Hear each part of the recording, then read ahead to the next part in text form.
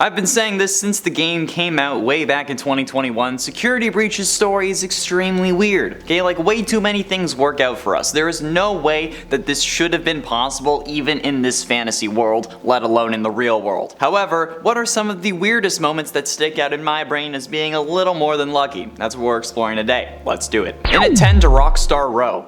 During the so-called interrogation and torture scene in Parts and Service, or at least that's what people are calling it, based on the titles of videos on YouTube, Vanessa questions Freddy about Gregory and accuses Freddy of helping us, which I mean is true, but she shouldn't even have to accuse him. More on that later. After telling him that she's gonna leave him down there until he can get put on a new endo, which doesn't really make sense if his coding is the issue and not the endoskeleton itself, why would she leave to Rockstar Row through Roxy's lift? Why? When she could have easily just come our way and head into the main atrium. That's where Gregory is for the majority of the game, and that's where all the animatronics are patrolling and have been spotting him. It would make more sense to go there than to Rockstar Row, where he was seen maybe twice at this point. Like, I don't know, it seems weird to me. I don't understand. Maybe like the whole logic behind this is that since all the animatronics are out in the atrium, she doesn't need to be there, or maybe she needs to be somewhere where she can get to her Vanny suit quickly, but I don't know. Even if it is Vanessa taking over and not like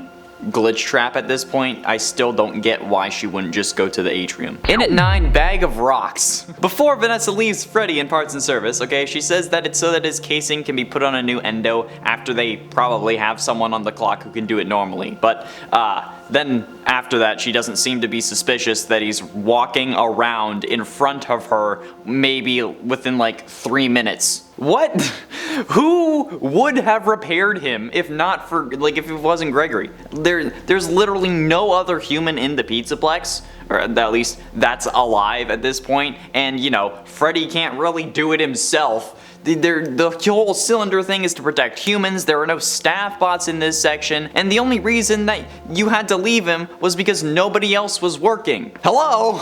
You there, McFly? Like, why would Vanessa be so chill about Freddy just like walking around in front of her? She literally left him with his head removed, and now she's like, what, assuming that he somehow did it himself, which is literally impossible as he was strapped down. Even if he had done it himself, why wouldn't she see him and then confine him to his room, especially after just accusing him of helping to protect Gregory? Okay, it's something that confuses me like so much, and I found it weird in my first playthrough, so I figured that if we got close to Vanessa, she would pull us out of Freddy, but like, I walked up to her to test it and nothing. She gave absolutely zero shits. Like, why? She's dumber than a bag of rocks at this point. It would have been so easy just to make like that little modification to her code for at least this part of the game, like making her a little bit more dangerous if she saw Freddy, but no, they didn't. In at 8, Princess Quest. The whole reason Princess Quest is a thing in this game was to lock Vanessa away in her brain and prevent her from regaining full control over her body.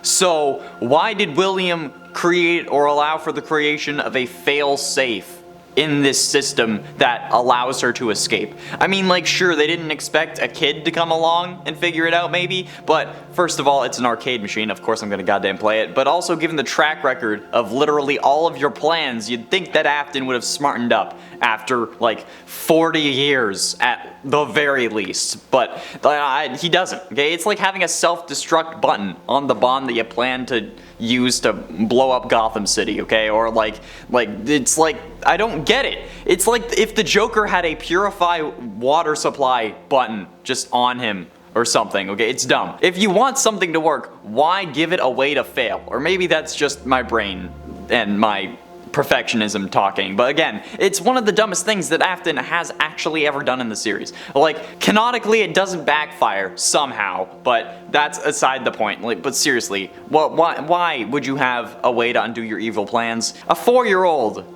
can do this. The fact that this wasn't the canon ending is actually just insane how that didn't happen. Just bury the third machine, at least, goddamn. Like, if that's the intention behind it, just bury it and leave it, okay? Fill it with concrete and leave it.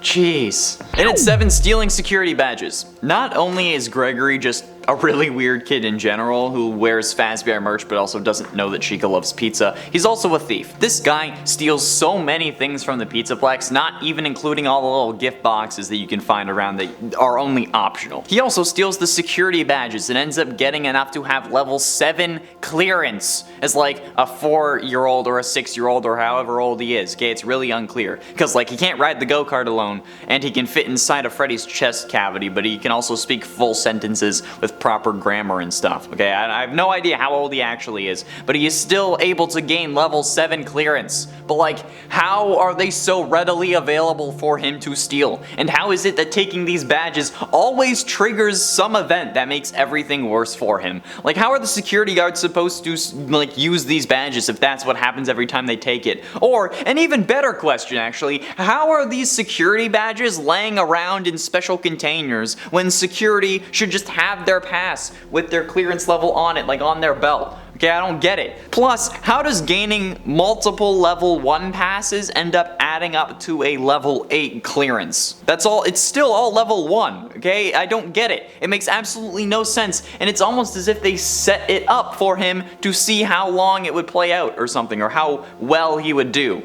I don't know. And at 6, fire. Okay, so during the true ending, otherwise known as the Afton ending or the Burn Trap ending or whatever the hell you want to yell at me for not calling it ending, we have to fend off Burn Trap's attempts to take control over Freddy by setting him on fire using what I'm guessing are the mechanisms that Henry uses to set the fire in FNAF 6, since this is the same location. However, it's incredibly convenient how we fall into the room that has all of this stuff in it, that it has the monitors set up connected to the cameras in the various rooms that Burn Trap enters exclusively, with buttons that light the fires in the corresponding room that like has the camera on the monitor. Yeah, despite it being far more convenient for Henry to light all of them at the same time, I don't get how this works. Plus, I mean, like, if you think about it, how are these still working? It's clearly been a while, and some of the comments report that the Pizzaplex has been open for at least 4 years, which I don't know if it is accurate because, I mean, it's the YouTube comments. But if it is, these cameras and old-ass computers are still working 4 years after being set on fire that was enough to ruin the building. Not to mention also falling into a sinkhole that would have had to open up underneath it since we have to travel down an elevator to actually get into this section of the pizza place. How is all of this still working after all of that? And if you say that it was Vanny, that even adds more questions, like why make sure the fire systems are working and then they're set to being separate buttons? Plus, why have the computer monitors set up to look at the right area? I don't get it. And how are these these computer monitors are literal dinosaurs. How did they work before the fire, let alone after it? This is the kind of thing that demonstrates the line between luck and intent, because there was no way this many things lined up for him, excluding plot armor, because we kind of need to ignore protagonist syndrome for this entire list. But still, if this was just happening, that would not happen. Never. No way. Halfway through into number 5, Ice Cold Captive. Gregory in the Faster Blast ending actually orders the robots to disassemble Vanny since she just ordered them to disassemble Freddy. But like, disassembling a robot and a human are two very different things. Okay, trust me, I would know. I'm surprised the robots even listened to him. Adding on to that, the fact that Gregory is willing to kill Vanny here, it's pretty messed up, especially given that like most people assume that he's 10 or 11, which doesn't really seem to make sense. Either way, you could argue that he doesn't know any better, but clearly he does. Okay, this kid is able to destroy all 3 animatronics without a moment's hesitation, use their upgrades on Freddy, he's willing to kill Vanny despite seemingly knowing her like we see in the best ending, and then he burns Burn Trap multiple times to make sure he doesn't take over Freddy. Okay, what the living hell is this kid doing? Like, how was he raised? How is he so nonchalant about literally doing all of this? This guy kills Vanny and then only gets emotional when he has to go talk to Freddy, who is destroyed. Dude, Vanny is bleeding out not 3 feet from you. She is torn to shreds and you're crying over a robot that can be fixed? Something isn't right about this kid. He's supposed to be the captive here, but he's the one putting everyone else in danger, I swear. In it for recharge. What's the deal with airplane food and Glamrock Freddy and needing to recharge every 5 minutes, okay? Like in the game sense, time isn't moving when I'm running around for 5 hours since I haven't actually progressed the story. So if this animatronic is supposed to need to recharge every hour only, why is this such an issue? And why does he only use power when we're actually piloting him like a mech? If this is the case, shouldn't this man also be losing power when we summon him to grab us from the 3rd basement floor?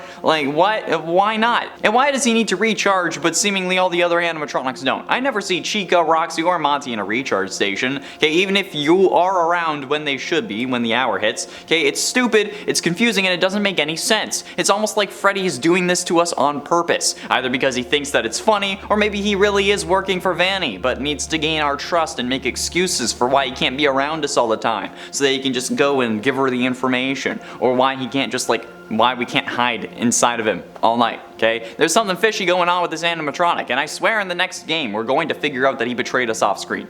Or at least in the DLC we're going to figure that out. Getting close to the end, into number 3, destruction. And isn't it convenient that there is a way to break every other animatronic that isn't Freddy? Okay, that leaves the animatronic broken in such a way that we can remove whatever aspect we actually needed to upgrade Freddy? Hell yeah it is. It's so convenient in fact that there is somehow a way to break them that just works perfectly for their personality, and the perfect amount of the animatronics as well. That works the first time. And even with Chica, okay, we push her into a goddamn trash compactor and somehow don't get crushed ourselves despite her grabbing onto us and pulling us with her. We only get pulled down into another area of the Pizzaplex that we can still get back to the Pizzaplex through, and you know, we weren't pulled into a thing that crushed our skulls. So yeah, needless to say that looking at this logically, it makes absolutely zero sense that any of this actually happened.